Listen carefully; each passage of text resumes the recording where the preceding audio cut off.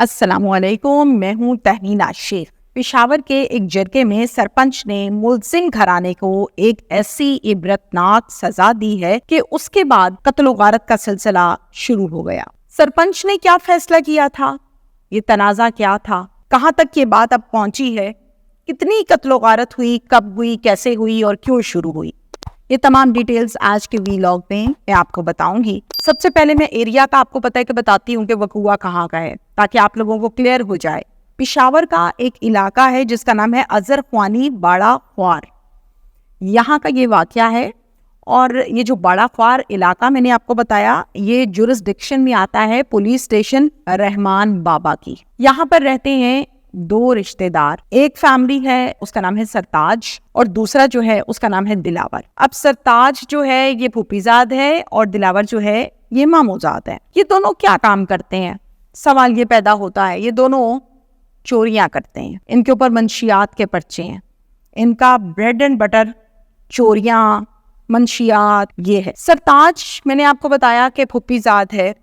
سرتاج mobile, لیپ top, سونا، قیمتی اشیاء، ٹیبلٹس، جو چیز ہاتھ لگتی ہے اس کو چرا لیتا ہے۔ اب یہ خالی چراتا ہے اور چرا کر اس نے آگے ایک بندہ رکھا ہوا ہے جس کو جا کے یہ چیز دیتا ہے، وہ بندہ چیز آگے جا کے بیچتا ہے، جو پیسے آتے ہیں 50-50 ہوتے ہیں۔ وہ بندہ کون ہے؟ وہ بندہ جو ہے وہ دلاور ہے، جو کہ ماموں زاد ہے۔ دلاور نے اپنے پکے کسٹمر رکھے ہوئے ہیں۔ وہ دکان جہاں پر چوری کا موبائل ایزیلی بکے گا، دلاور کا پکا کسٹمر ہے۔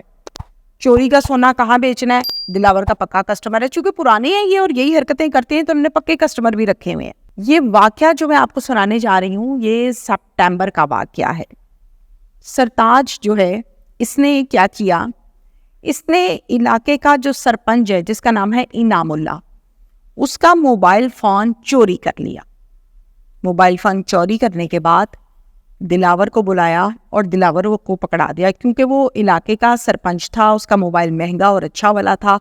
ہاتھ کی صفائی سے موبائل چرایا، دلاور کے ہینڈ اوور کیا اور کہا کہ اس کو ٹھکانے لگاؤ۔ دلاور گیا، دلاور نے جا کے اس موبائل کو بیچا اور جو پیسے آئے وہ دونوں نے 50-50 کیے۔ ایک ماہ گزر گیا اس واقعے کو، سرپنچ بھی آرام سے اپنے گھر ہے، دلاور بھی گھر ہے اور سرتاج بھی گھر ہے۔ ایک ماہ گزرنے کے بعد خدا کی کرنی ایسی ہوئی کہ سرپنچ کا ایک دوست اس کے ساتھ اس کے ڈیرے پر آیا، اور ڈیرے پر جب آیا گلے ملا، بیٹھا، پانی منگوایا گیا، اور جب وہ بیٹھا تو دیکھا کہ اس کے ہاتھ میں ایک قیمتی موبائل ہے۔ وہ قیمتی موبائل چونکہ سرپنچ کا تھا اور سرپنچ کو اپنے موبائل کی پہچان تھی، تو اس نے پوچھا کہ یار موبائل بڑا پیارا ہے تمہارا، یہ کہاں سے لیا ہے؟ سرپنچ یہ سوال کرتا ہے اور دوست یہ جواب دیتا ہے کہ یہ موبائل تو میں نے دلاور سے خریدا ہے، بڑے اچھے موبائل بیچتا ہے، اور دلاور تو وہی لڑکا ہے جو تمہارے گاؤں کا ہے، تمہیں نہیں پتا ابھی تک کہ وہ یہ کام بھی کرتا ہے، موبائل شوبائل بیچتا ہے؟ سرپنچ کہتا ہے ابھی تک تو نہیں پتا تھا، لیکن اب پتا لگ گیا مجھے۔ اب کیا ہوا، اس نے فوراً سے ساری گیم، سارا مسئلہ اس کے دماغ میں آ جاتا ہے انعام اللہ کے سرپنچ کی، اور وہ سمجھ جاتا ہے کہ میرے ساتھ گیم ہو گئی ہے۔ وہ 14 اکتوبر کو ایک جرگہ بلاتا ہے، جرگے میں دلاور کو بھی بلاتا ہے۔ دلاور آتا ہے، سرپنچ دلاور کو پوچھتا ہے موبائل میرا کب چوری کیا تھا؟ دلاور کہتا ہے کون سا موبائل؟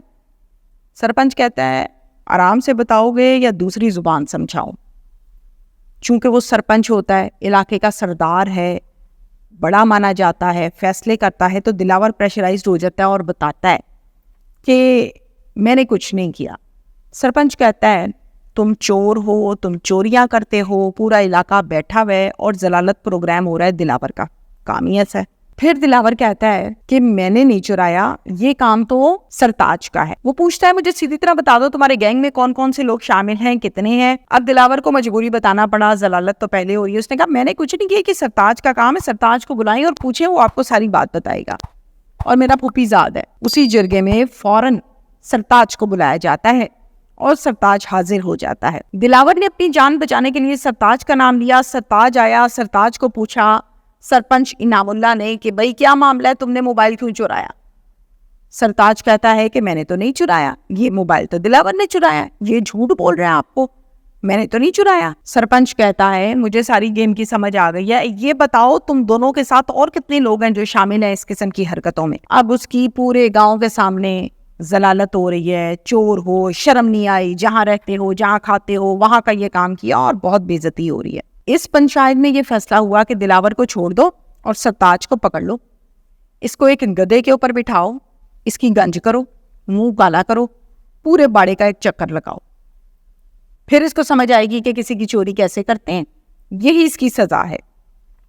سرپنچ کا آرڈر تھا, مزاروں نے کام کیا, گدھے میں بٹھایا, گنج کی, منہ کالا کیا, پورے باڑے کا چکر لگایا, پورے گاؤں کو پتہ لگ گیا, جس کو نہیں بھی پتا تھا اس کو بھی پتہ لگ گیا, اور خوب بے عزتی ہوئی. اب سرتاج کی بے عزتی ہوئی, اس کو یہ بات بہت چبھی کہ میرے ساتھ تو برابر کا دلاور شریک تھا, لیکن یہ بڑا چلاک ہے, یہ خود سائڈ پہ ہو گیا مجھے پھنسا کے. چکر شکر تو لگ گیا, گدھا واپس گھر کھڑا ہوا اور سرتاج کو اتار دیا گیا.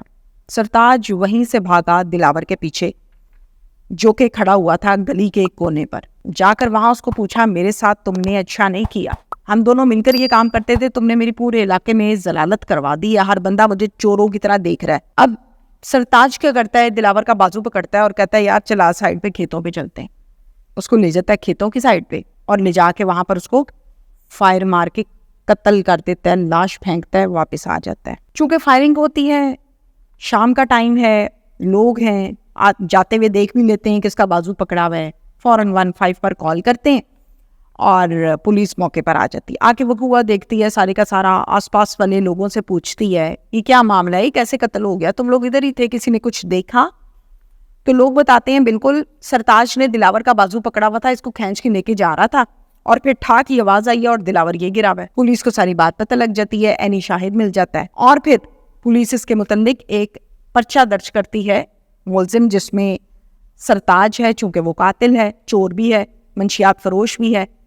تو سرتاج کی پولیس فوراً ریڈ کرتی ہے گھر پہ اور اس کو گرفتار کر لیتی ہے, اور سوال کرتی ہے کہ کیا معاملہ تھا, کیوں تھا, مجھے بتا دو, چکر کیا تھا.